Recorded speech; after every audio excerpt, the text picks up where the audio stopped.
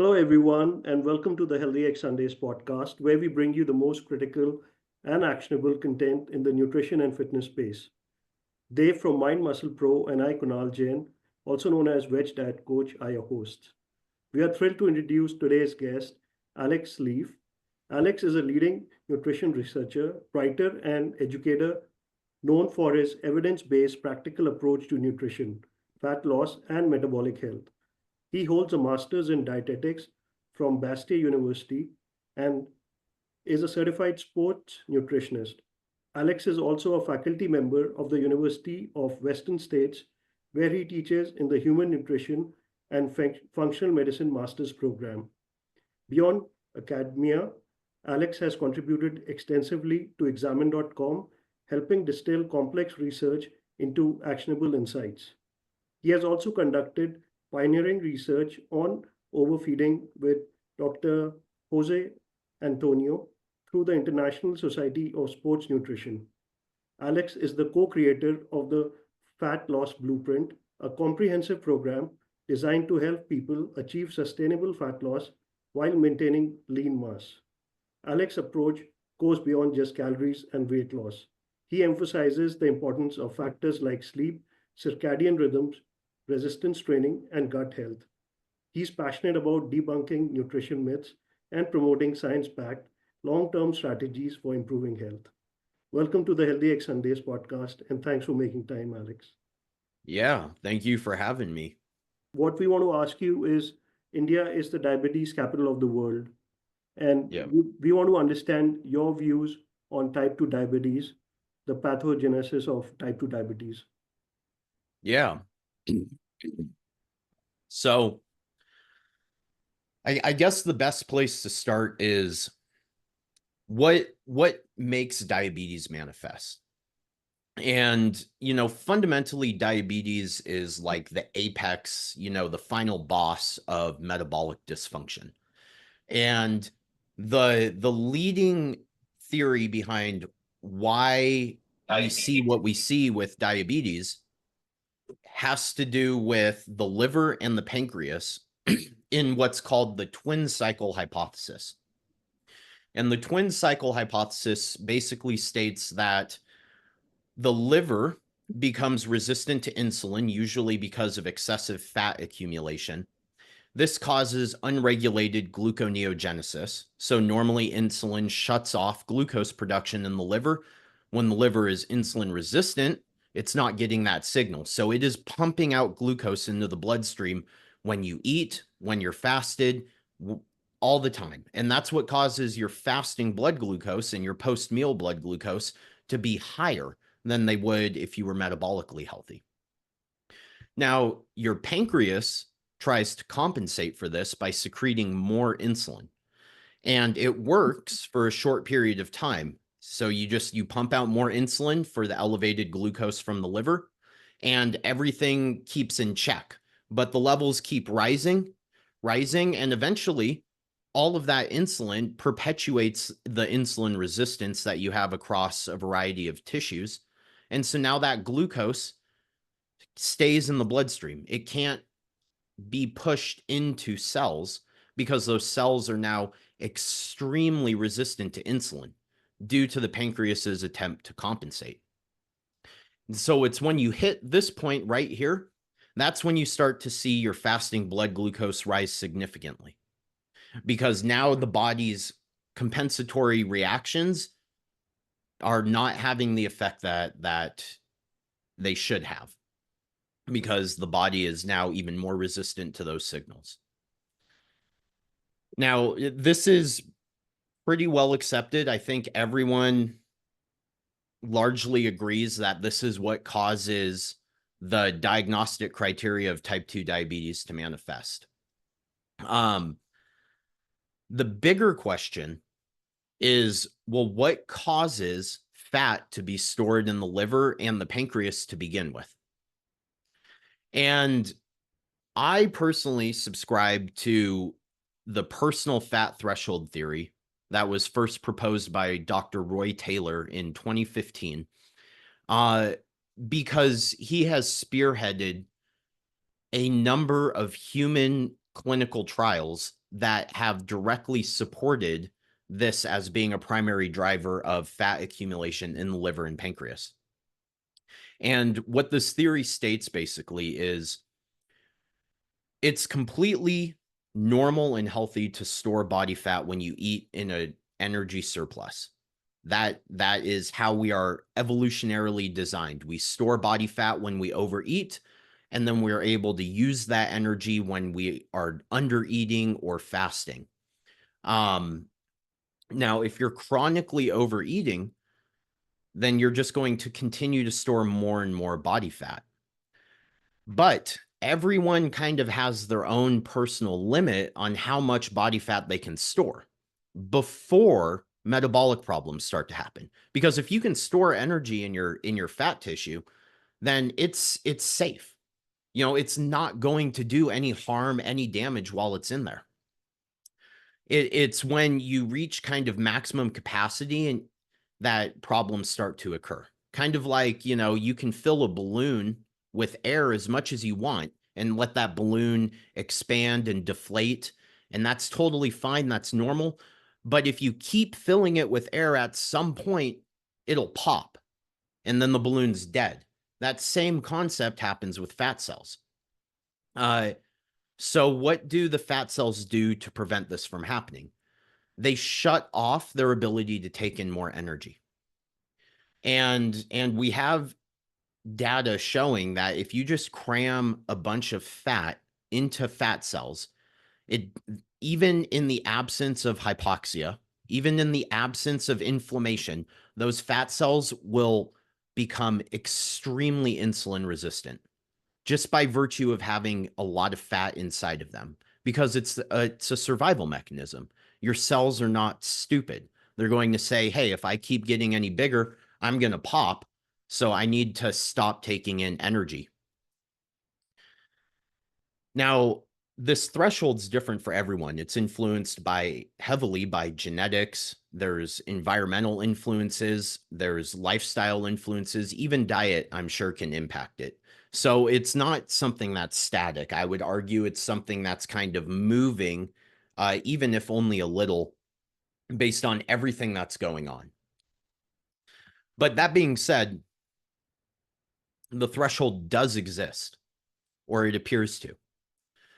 And so what Roy Taylor did is he said, okay, if this is, you know, if this is what's happening in your personal fat threshold, and then your cells stop taking in that energy needs to go somewhere, because if it stays in your bloodstream, you're going to get all of those end stage diabetic complications. Like, you know, you're going to go blind, you're going to suffer neuropathy.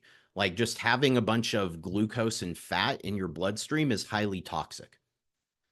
And so your body's last resort is to store it in the liver and the pancreas and other ectopic locations, muscle tissue as well. And when you get a bunch of fat stored where it's not supposed to be stored, it becomes insulin resistant. And that's what leads to the twin cycle hypothesis we talked about earlier. So Roy Taylor said, given all this, if I take people with type 2 diabetes and I just have them lose weight, lose body fat, it should fix the problem. And so he did several studies. He did Counterpoint, Counterbalance, the direct study, and then he even did one most recently. I can't remember the name of it, but it was in normal weight people who had type 2 diabetes. And across the board, didn't matter if they were obese, it didn't matter if they were at a normal body weight. If they had type 2 diabetes and they lost body fat, the type 2 diabetes went away, and it stayed gone even as they reintroduced more carbohydrates into a weight maintenance diet. The diabetes only came back when the participants would regain the body fat that they lost. Now, the one exception to this is some people were unable to reverse their diabetes. And it was because their pancreas became too damaged from the disease. If you have diabetes for, you know, years on end, you're going to do some organ damage because of that. And for some people, the pancreas isn't going to be able to jump back into working like normal, so even though they were insulin sensitive, they were still carbohydrate intolerant because their pancreas wasn't responding to the carbs they were eating appropriately. They had delayed insulin responses. The insulin responses were smaller than they should have been. And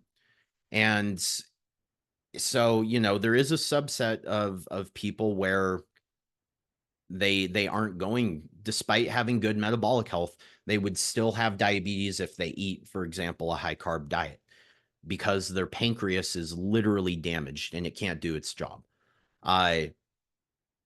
So in those types of situations, I think just a low carb diet until the pancreas has time to recover is definitely a smart idea. Right. So, Alex, you mentioned pancreas can recover. So, is that a phase where if you don't have too many carbohydrates, you can get some of the function back and then start eating more carbohydrates?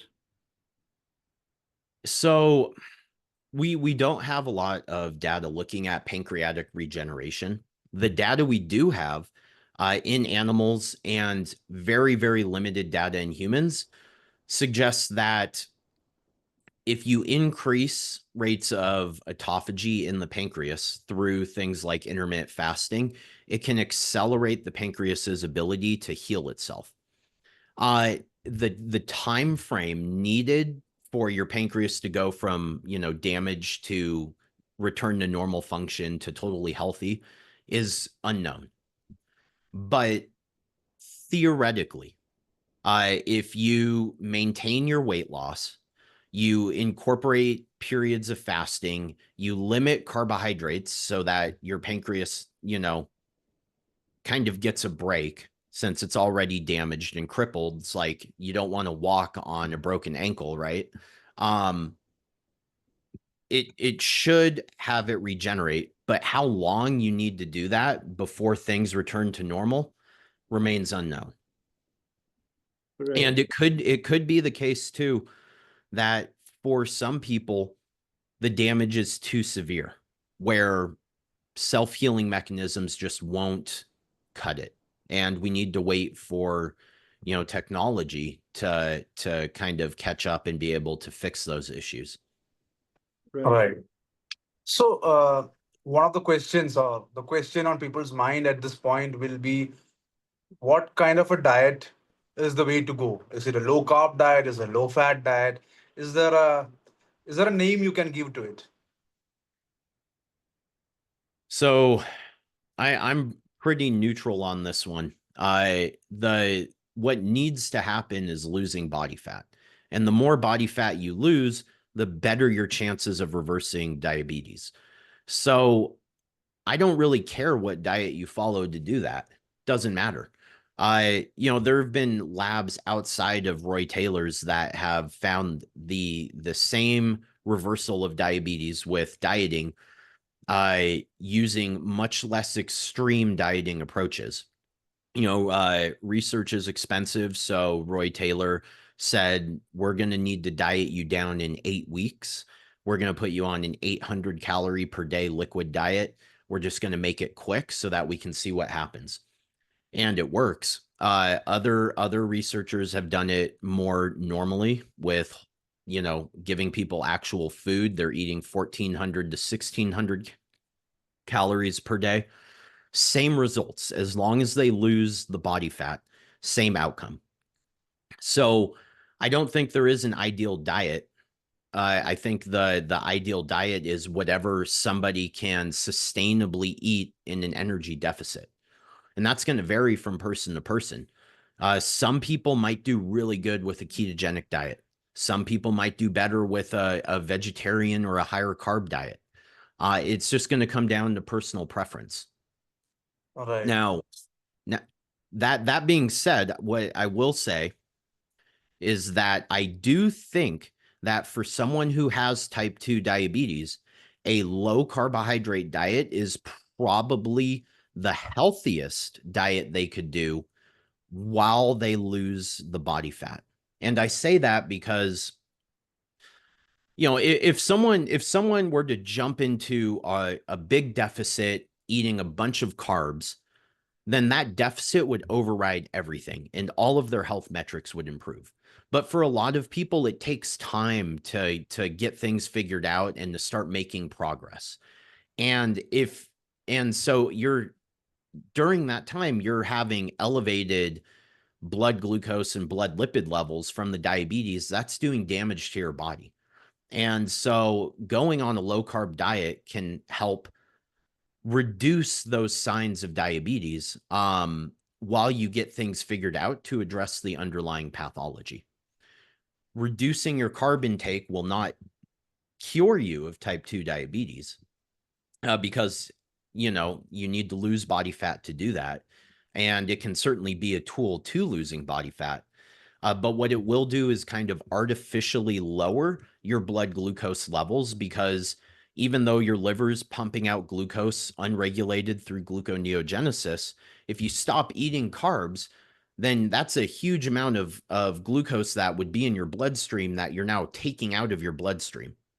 And that also has the side effect of the pancreas not needing to pump out as much insulin because it's not trying to compensate as hard now. So these are both beneficial things for helping to preserve overall health, but the pathology is not intrinsically dealt with by restricting carbohydrate. All right. So, is it right to assume that somebody with a more severe case, let's say a double-digit A1C, would be benefit more from a low-carb diet, and I somebody with think, so, yeah. lesser A1C can go either way or be moderate of both? Yeah, no, the only time I think a low carb diet wouldn't be indicated in type 2 diabetes is if it causes you to overeat and continue to gain body weight. But, you know, to be honest, that I just don't think that would happen realistically. All right. And I say that because the main driver of overeating in society are hyper palatable combinations of refined carbs and sugars with added fats and oils, with salt, with flavorings. You take those four things and mix them in any capacity you want, and you're going to get some very palatable, delicious things. And you're removing most of that when you eliminate carbohydrates. In the same way that, you know, we have research going back decades showing that if you eliminate like dietary fat from the diet, people spontaneously eat less. It's because their diet becomes more bland. And so it's not as palatable. They just don't want to eat. So you get magic on either side. Remove carbs or remove fat, magic happens, and your appetite goes down. So carbs is often seen as the cause of diabetes, and what people usually come up, or the low carbers usually come up with, is this chart where they show carbs spike the glucose or insulin the most, and protein the second, and fats hardly has any effect. So what is your thoughts on this? Like, does fats have no effect at all on insulin levels? Yeah, so from a dietary standpoint, fat has little to no effect on insulin. Because there's no need, you don't need insulin. You don't need higher than fasting insulin levels to store fat. All right. There's a protein called acetylation stimulating protein, ASP, and it sits in fat cells. And as long as you have basal, just fasted insulin levels, that protein is able to function, and it's able to take up fat from the bloodstream and store it. So you don't need to have a big increase in insulin to store the fat that you eat. Now protein stimulates insulin modestly. It really depends on the source.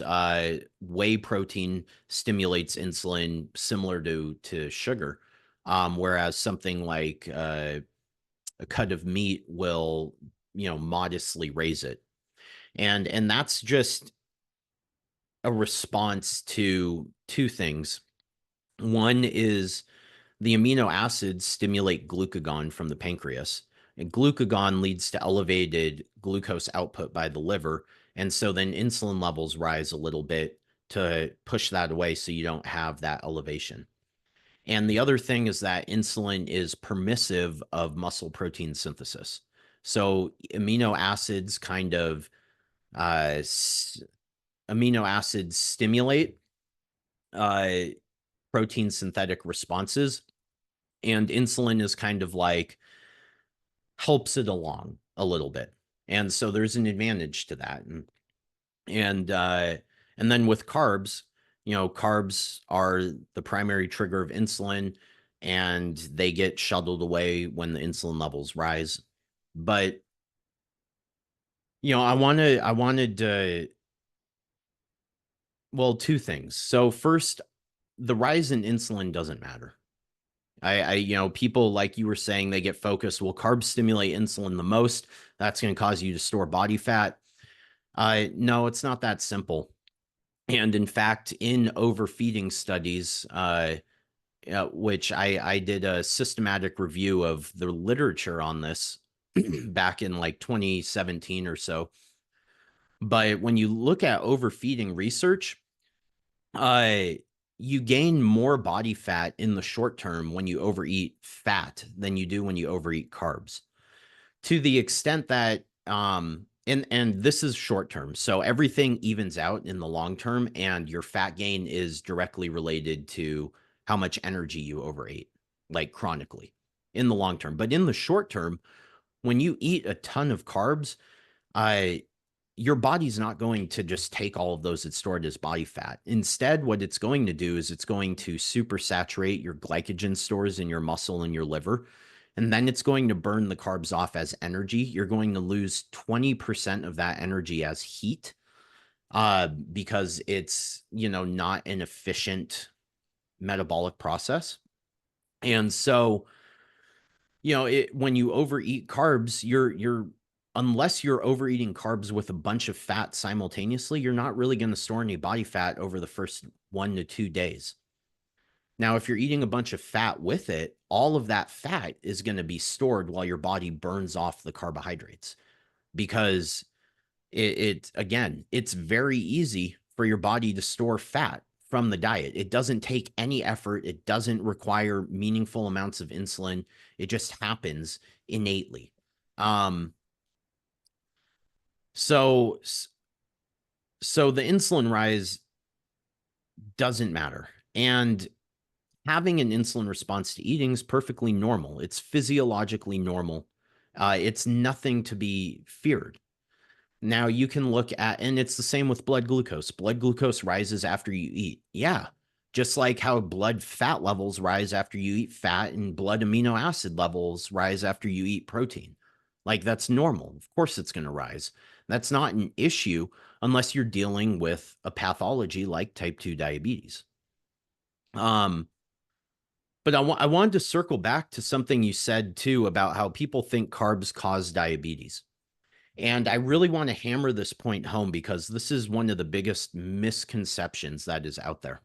And the reason it's a misconception is because people look at low carb and they say, if I don't eat any carbs, then my blood glucose and my blood insulin levels start to normalize, even if I have an active case of like type 2 diabetes. So it was the carbs that was causing it. And this is wrong for a couple reasons. The first is that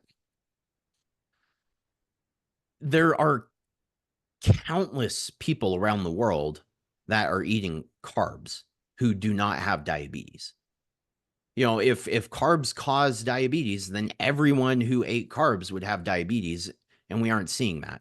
And the second reason is that they're confusing a necessity for diagnostic criteria with the underlying pathology.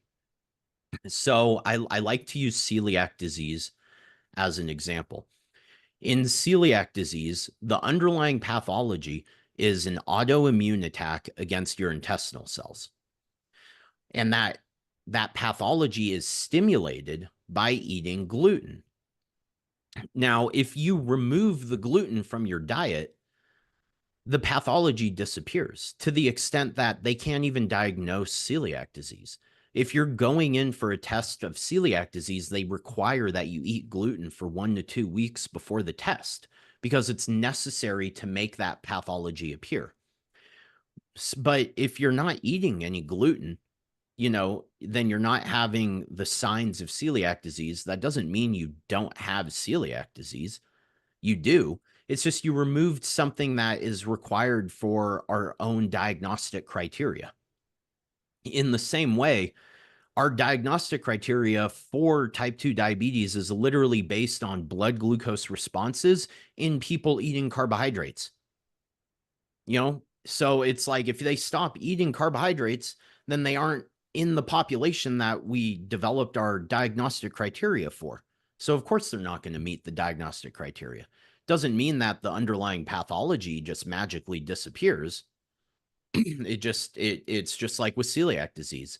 It means that the diagnostic criteria we use doesn't manifest. And in fact, you can see that too by just saying, okay, look, you've been low carb for a while. Why don't you just do an oral glucose tolerance test? Let's see how you're doing. And you can see that they are very metabolically inflexible and they will have a diabetic response to eating the glucose. If you can't handle carbohydrates, then you aren't metabolically healthy. Being able to switch between using carbs and fats effectively as a fuel source is literally the definition of metabolic flexibility and metabolic health. And so eliminating carbohydrates is just a band-aid to the issue. Right. Right. So, Alex, in India, we have people who appear thin, but they could have visceral fat stored inside their organs. Yes. So, what is your advice for people who have this kind of a phenomena? So for them, two things. So the first is that even if you're already skinny, you still need to lose fat because you have a very low personal fat threshold, and genetically, the Asian population in general, including Indians, genetically just have a lower personal fat threshold capacity, often much lower. And again, Roy Taylor's most recent clinical trial showed that in people who are at a normal body weight, if you have them diet and lose body fat, they resolve their diabetes. They don't need to lose as much body fat as somebody with obesity does. They might only need to lose, whereas someone with obesity might need to lose 15% of their body weight. A normal weight person might just need to lose 7 to 8%. And it fixes the problem. But the other issue with especially with Indians, I would say, is that they really need to focus on building up their muscle tissue. They might be skinny and they have fat stored on the inside, but you can only diet so much. What the bigger issue is, they need to increase kind of the size of their metabolic bucket.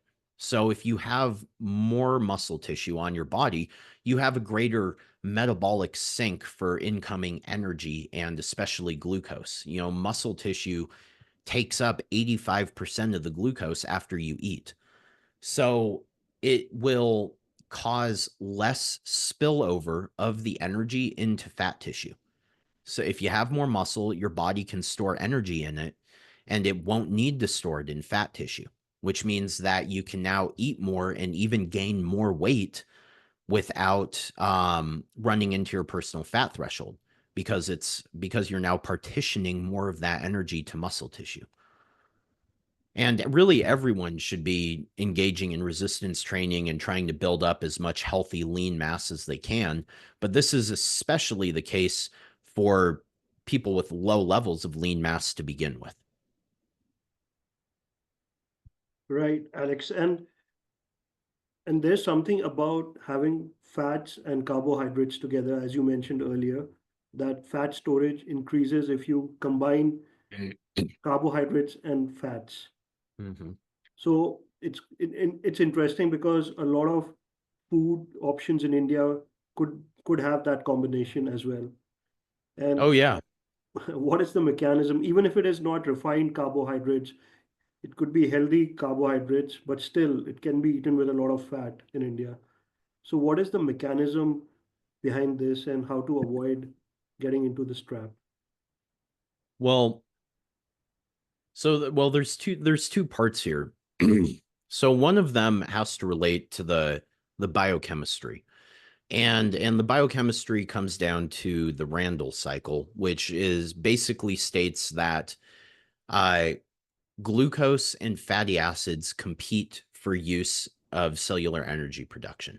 And so, for example, the body prefers to use glucose over fatty acids for energy. So if you have glucose present, it will preferentially store any fat that you're eating alongside it while it burns the glucose. Uh, Now, if you eat a bunch of dietary fat, however, that interferes with insulin's ability to bind to its receptor. So if you eat a meal that is high in carbs and high in fats, the body wants to use the carbs, but the fatty acids in the bloodstream are interfering with insulin's ability to get those carbs inside the cell. And so now you just have energy build up in your bloodstream, and it's having a harder time nourishing the cells that want to use it. In the long run, I used to recommend that for this reason, when people structure their meals, they should make those meals, all meals should have protein, but then the other predominant macronutrient should be either carbs or fats, not both in combination. I've since kind of stepped back from that position because I don't think that over the long term, I haven't seen anything convincing to suggest that it accelerates metabolic dysfunction over the long term. It definitely causes an acute state of insulin resistance in the short term. We have research showing that. For example, if you eat a potato and it takes, 2 units of insulin, and then you add some butter to that potato, it takes 3 times as much insulin to deal with the same amount of carbohydrate. And that's because that fat, again, is causing insulin resistance. Now, theoretically, this would cause problems if it's, say, at every meal, it's combined with chronic overeating. There's several factors that kind of all commingle. But if you're dieting or if you're metabolically healthy, it's probably not going to be a huge issue. The bigger problem is unrelated to the biochemistry. The bigger problem is that when you're eating foods and meals that are high in carbs and fats, even if it's from whole foods, those meals are going to be more palatable. They're going to stimulate your hedonic reward center to a greater extent, and they're going to provoke you into eating more than you would otherwise. Now, maybe you're a hard training athlete, and that's a good thing because you do need to meet those energy demands. And so you need to have foods that make you want to eat them. That makes perfect sense. Um, or maybe you track all of your food, you're very neurotic about it. And so it doesn't matter if you want to eat more or if it makes you hungrier, you're not going to do it and you're going to use willpower to do that, then maybe it's not an issue for you.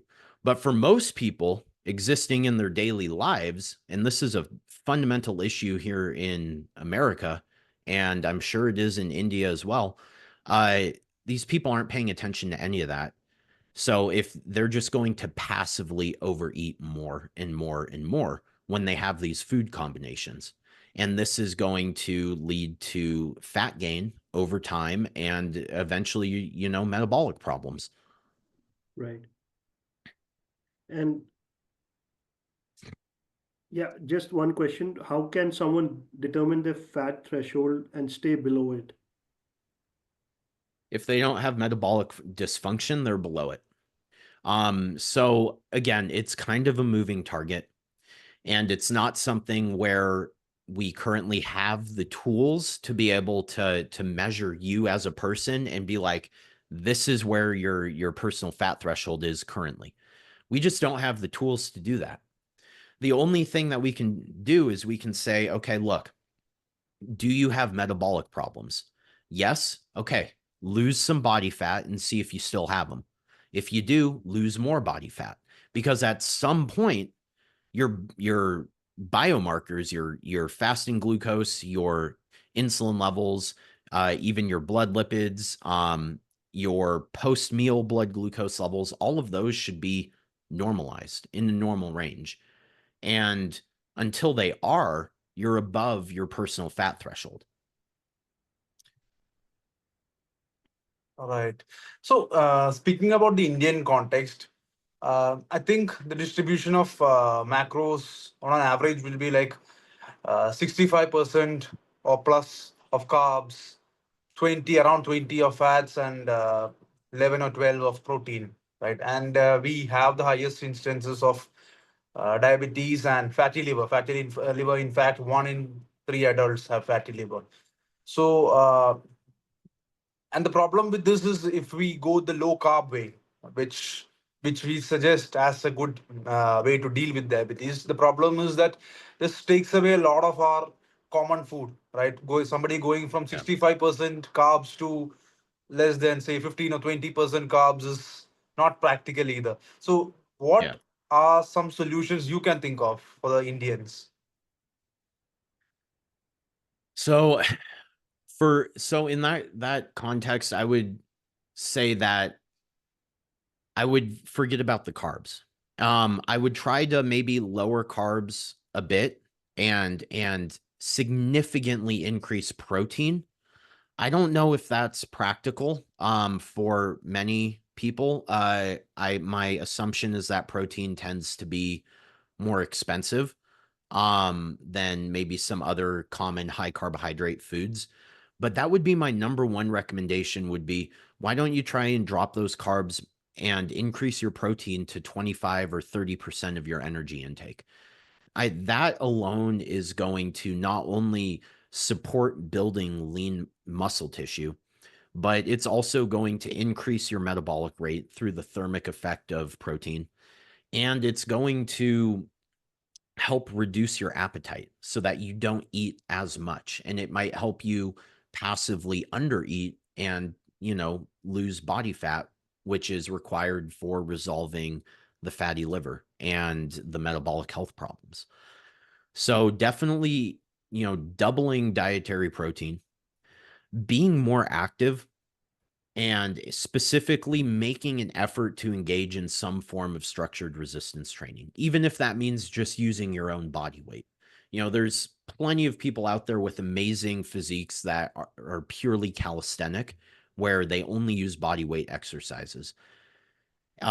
You absolutely need to build up your lean body tissue, especially if you're eating a high carb diet, because that's the primary site of glucose disposal. And you're going to just create a lot more problems if you don't have that base of muscle tissue than if you did. Building up lean mass, eating more protein. And the other one they could experiment with, and I don't know how practical this is based on kind of how you set up meals, but trying to eat meals, like I was saying earlier, that are just protein and carbs or protein and fat. Now, this doesn't mean you can't mix them at all. It just means that when you have, for example, a high carbohydrate meal, try to keep the amount of fat you're eating to below 10 or 15 grams. I don't know if that's feasible, but what that can help do is reduce any potential biochemical nutrient fighting that's going on. And that might be able to help their body work more smoothly. All right. So beyond postprandial responses, does simple carbs and complex carbs, or let's say high GI and low GI carbs have any difference? Yeah, well, yeah. So they do have a difference on your post-meal blood glucose just because the high GI carbs are going to be digested and absorbed more rapidly. But I personally don't think that the glycemic index or the glycemic load is very relevant to human health. I think that when you look at like long-term studies looking at how these two kind of dietary components interact with human health on population levels, I think it's confounded heavily by the fact that people who eat higher glycemic diets are eating more refined carbs and added sugars, and lower glycemic are eating more like legumes, fruits, vegetables, things of that nature. And so is it, are the health differences between them due to how your blood glucose is affected? Or is it just due to the fact that, one group of foods is universally agreed upon of being healthier and better for human health, and the other group isn't? So I personally don't care kind of if someone's blood glucose spikes up or doesn't. I just want to make sure that no matter how much it increases, it goes back down to baseline within a reasonable amount of time. When I was kind of at my leanest years ago, I think 10 years ago, where I was around like 5% body fat at the time. And I did an oral glucose tolerance test, and my carbs had exclusively come from fibrous carbs, and they were on the lower end just because I was dieting. And so when I drank this bottle of 75 grams of pure sugar, my blood glucose spiked up to literally the diabetic range. It went over like 200, I think, at the 30-minute mark. But by 60 minutes, I was back down at baseline. So it spiked up to a range that would be problematic, but it came back down so rapidly. And my insulin levels during the test didn't budge.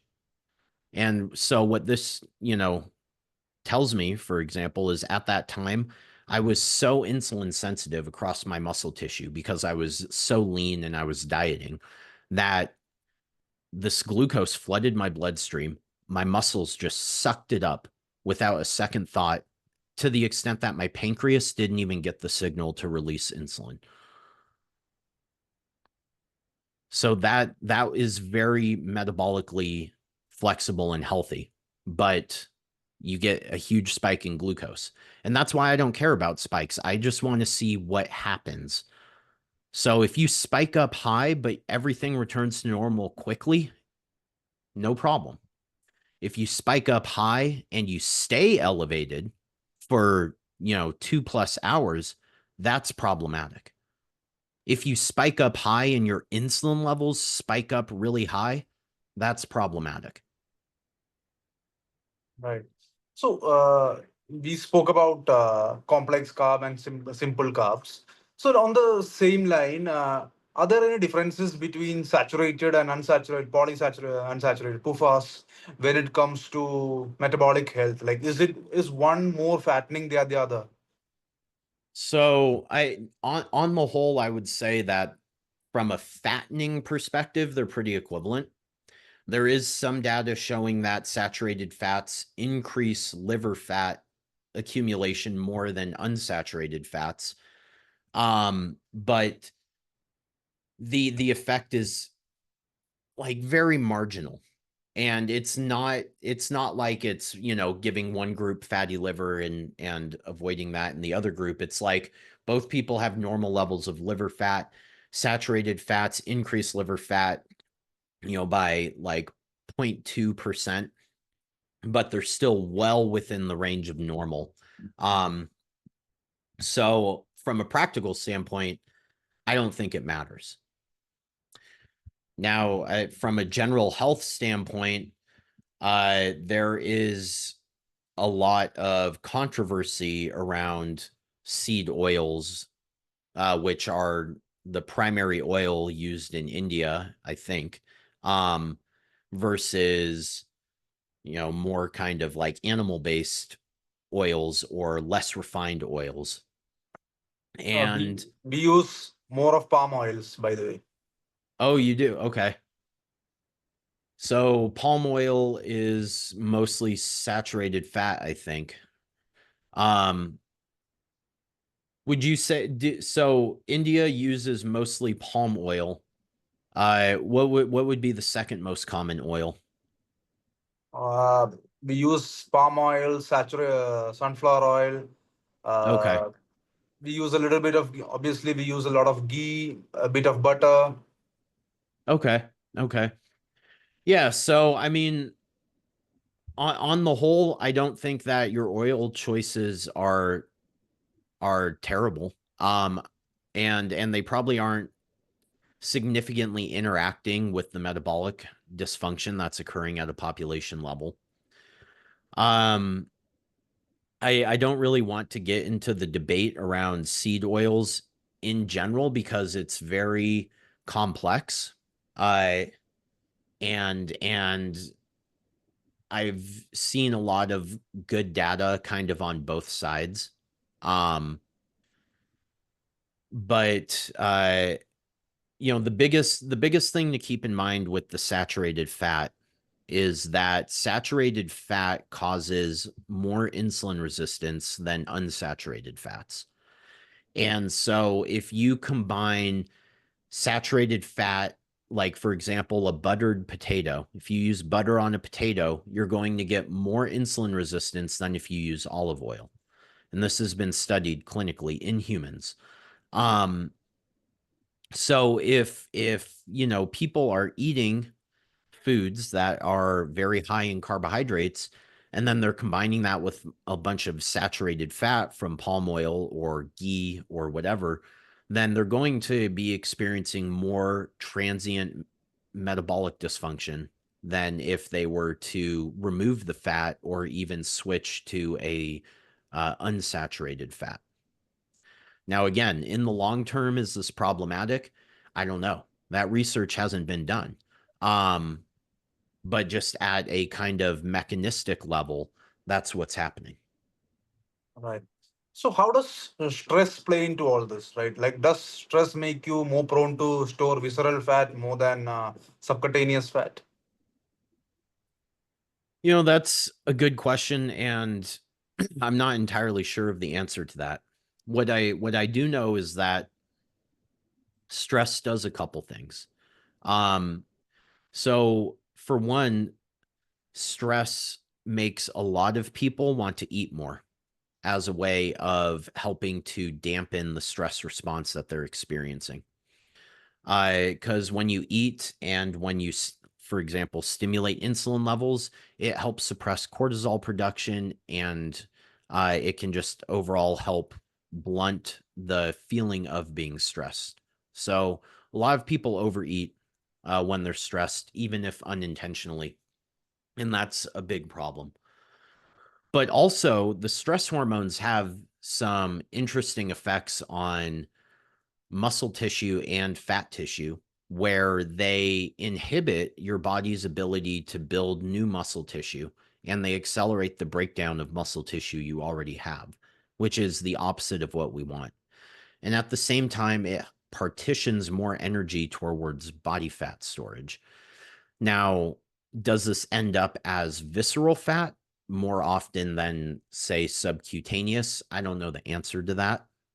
But chronic psychological stress is absolutely something that should be minimized, that people need to make an active effort to minimize, because it interacts with like every little corner of our health that we could imagine, to the extent that stress, chronic psychological stress, is a tremendous risk factor for long-term health problems. Right, Alex. So can you address some misconceptions about protein intake? As you mentioned earlier, it is critical to eat adequate protein. So Oh, yeah. there are some misconceptions that allegedly protein intake can cause cancer and any other misconceptions you would like to address. Yeah. Yeah. So I guess to start, just to give some numbers to people, my recommendation is that everyone should be eating around 1.6 grams of protein per kilogram of body weight as a minimum. And I say this because if for example you're an older adult, this amount leads to better muscle retention and a lower risk of falls than eating lower amounts. If you're overweight or obese, closer to 1.6 causes more body fat loss and greater muscle retention than eating lesser amounts of protein.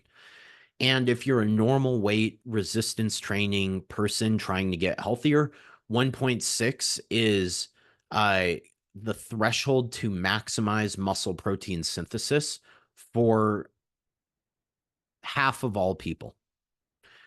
Now, some people need upwards of 2.2 grams per kilogram of body weight. And that's why I say 1.6 should kind of be your minimal goal. And you can definitely go higher if you want or if you feel the need to. Um, so misconceptions around protein. I guess we can start with cancer. So this all started, I'm pretty sure, with a study by Campbell showing that giving casein to rats caused accelerated tumor development. And this kind of got blown out of proportion. But what the study actually found is that they genetically engineered the rodents to have cancer already. So they didn't just spontaneously develop cancer from eating more protein. They had cancer in like put into their genetic code, so it was guaranteed to develop. And then the mice that ate more protein, more of those mice developed bigger tumors than the ones who ate lesser protein. But what he didn't tell you, or what gets overlooked in that study, is the ones who were eating more protein also lived longer. So eating more protein helped kind of offset the mortality from having the cancer. And that's probably why they had bigger tumors, is because they were able to survive longer before finally passing. But it, in general, there really is no evidence linking higher protein intake to the development of cancer. Cancer is very complex. It occurs for many reasons, both environmental and heavily genetic. Uh, Dietary protein has not been found to be a cause of it. Another common concern is longevity. There's a lot of people out there who say you don't want to eat high protein because it'll cause you to shorten your lifespan. And this is based entirely on cherry-picked studies in mice. I wrote a whole blog post about this, but basically, mice have a metabolic rate 7 times greater than humans when it's expressed in terms of like the size of their body. And this is one reason why they have much shorter lifespans, average of 2 years compared to 70 years for a human. And what this means is that their metabolism is going 7 times faster than our own, which means they are producing way more chemical reactions, way more oxidative stress, way more everything than humans are per unit of time. When you restrict protein, you slow down that metabolic processes. And so you could theoretically live longer because you don't have as much, metabolism occurring, basically.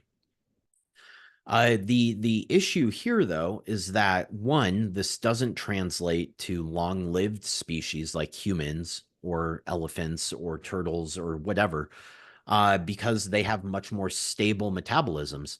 That if you change metabolic parameters, it's not going to have as meaningful of an impact as it would in mice. This is the same reason why any research related to intermittent fasting can't be extrapolated from mice to humans. Because for a mouse, fasting for 16 hours in a mouse is equivalent to fasting for 30 days in a human. And if you fast, and mice will die after 5 days of fasting. Just to give you an idea, like they lose half their body weight after 5 days of fasting and they die. For humans, this takes months upon months, really depending on your starting point. So the longevity is based on some cherry-picked rodent studies, and there have been other researchers who actually conducted experiment using all the different strains of mice. So they take mice from, because there's different genetic strains for studying different things in health, right? So they take some from each of those categories, and then they put them all on the same protein-restricted diet or a normal diet. And what they found is that for 70% of the mice species, their lifespan is reduced when they restrict protein. And it's only for the other 30% that it's extended. And so this alone tells us, hey, even if protein did have a benefit on longevity for one person, it probably wouldn't for another because it seems to be heavily influenced by their specific genetic code. Yeah, please. And so all of that research is basically cherry picked. And when you look at the rodent literature as a whole, it seems to actually be more detrimental than beneficial. Similarly, we have some studies in monkeys showing that there's no effect in monkeys of dietary restriction. The only effect that we've seen is if you overfeed monkeys with a really crappy Western diet, then they don't live as long. And it's like, okay, well, we already knew that. Another concern is kidney health. And there was a meta-analysis published in 2018 that looked at something like 60 clinical trials looking at how different protein intakes affect kidney health, and there's no effect. So this idea that if you eat more protein, you're going to damage your kidneys is just outright wrong, completely baseless. It doesn't happen. What does happen is your kidneys might increase their rate of filtration if you have more protein, just so that they can better handle the ammonia and urea from metabolizing that protein. But this isn't pathological. This is adaptive. It's no different than your heartbeat beating faster when you start to exercise. It's a necessity so that your body can deal with the stress you're putting on it, right? It's not harmful by any standard. Osteoporosis and bone loss. There's this idea that eating more protein makes the body more acidic. When the body is more acidic, it leaches calcium, phosphorus, and magnesium from bone tissue in order to neutralize those acids and maintain balance. But this doesn't seem to be the case with protein. Protein does leach calcium out of bones. There is an increase in urinary calcium excretion when you eat more protein, but there's also an increase in calcium absorption when you eat more protein. And there's no change in total body bone turnover with high protein diets. And in fact, protein has direct anabolic effects on bone tissue to the extent that if you take people and give them protein supplements, they will actually have a lower risk of fractures and they will have higher bone mineral density. So protein is good for bone health based on the best clinical data that we have. What else? What's another misconception about protein that people have? The major ones are all covered. Yeah, okay. So Alex, Here's one. Wait, here's one for you. The microbiome. So very well established in the literature that protein which is not digested makes it to your large intestine where it's metabolized by the microbiome. This universally leads to the creation of carcinogenic, genotoxic compounds that are harmful to the integrity of your gut barrier and are even harmful to some of the beneficial bacteria that live in your gut. They call this protein putrefaction.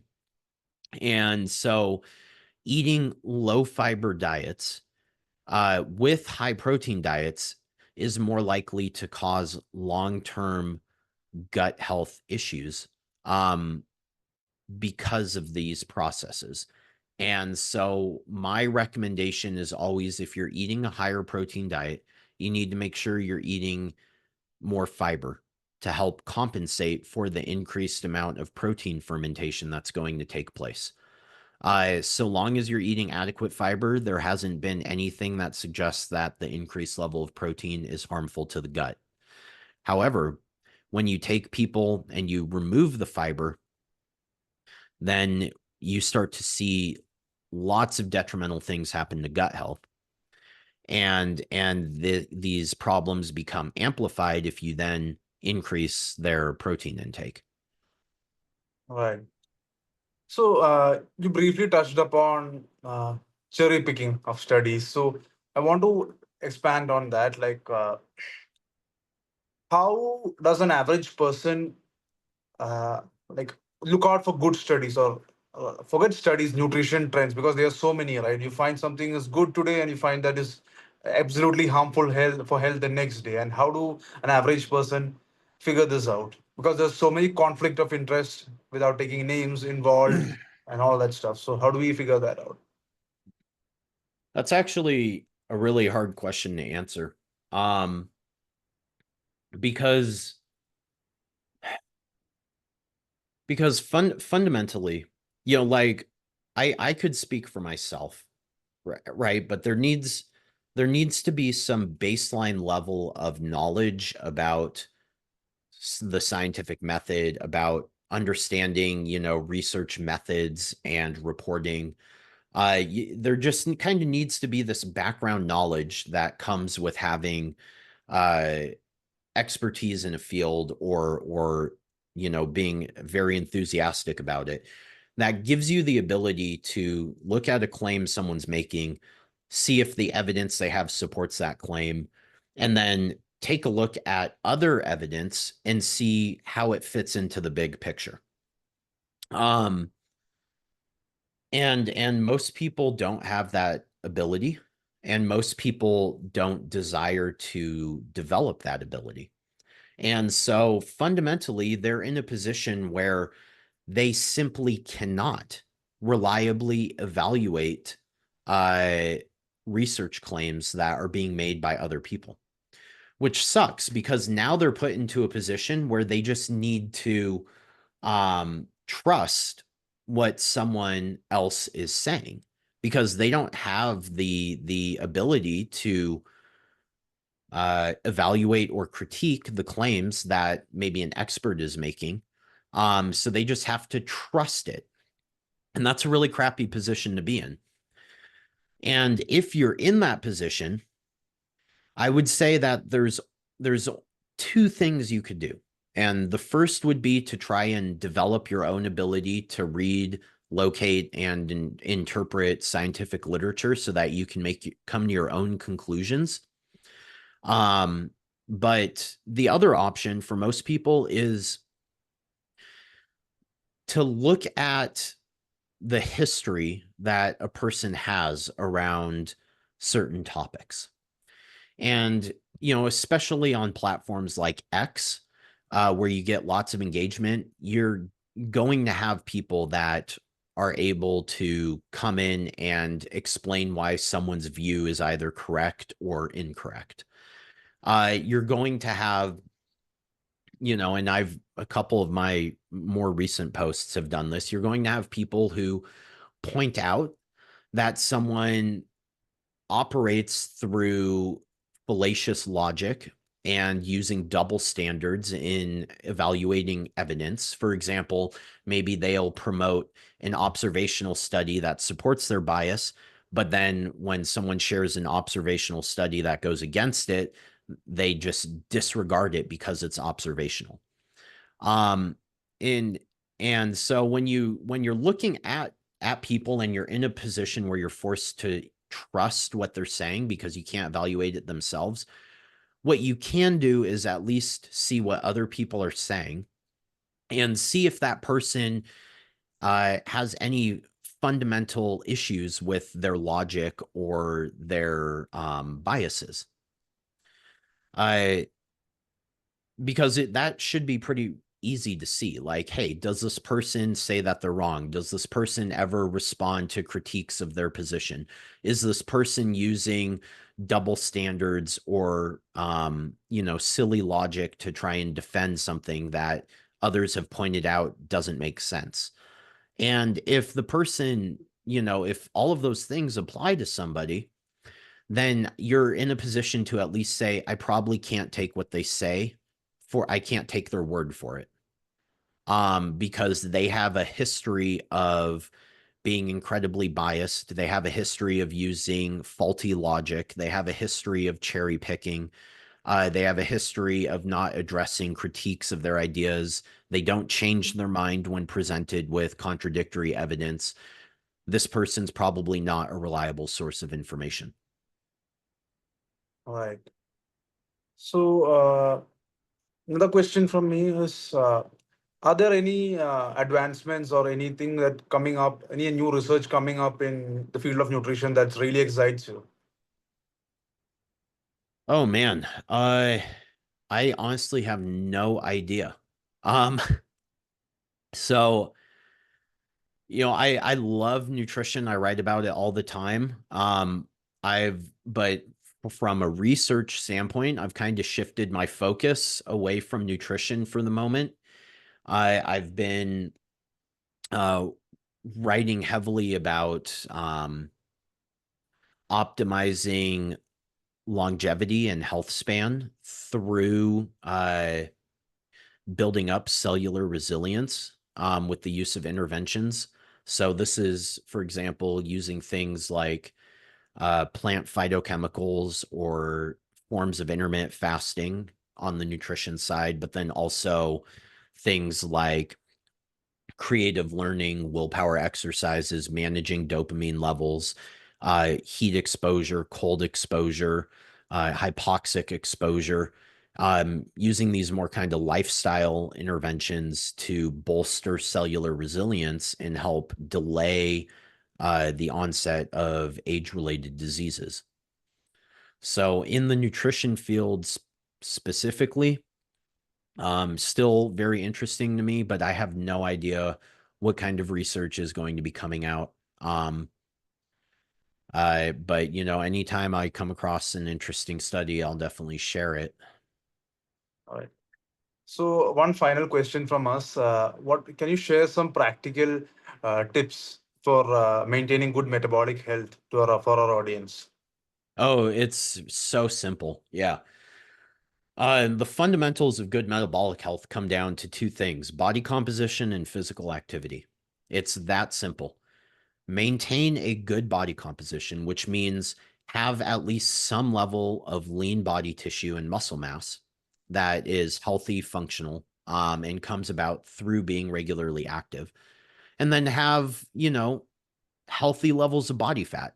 You don't need to be shredded with a six pack, but you definitely don't want to be overweight or obese either. Just have a normal level of body fat. And then on the exercise component, be active throughout the day.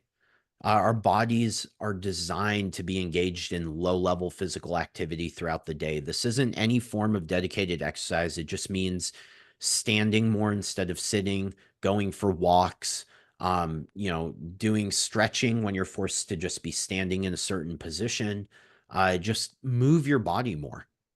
And then, of course, engage in some dedicated resistance training. of any kind in order to build up muscle tissue, and engage in a little dedicated cardiovascular exercise too to build up your cardiorespiratory fitness. And if you do all that, your body's going to be solid. You're going to be able to eat whatever you want. And you're not going to have any metabolic issues.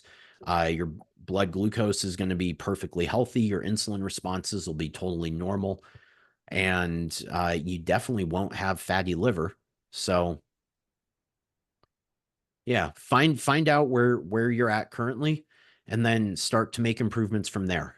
If you're skinny and you have low muscle tissue, eat more protein, start resistance training, focus on building up the muscle tissue.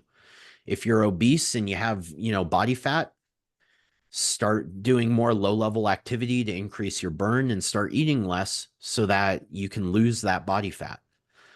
Just figure out where you're at currently and then make the changes necessary to get to a healthy body composition with resistance training and low-level activity.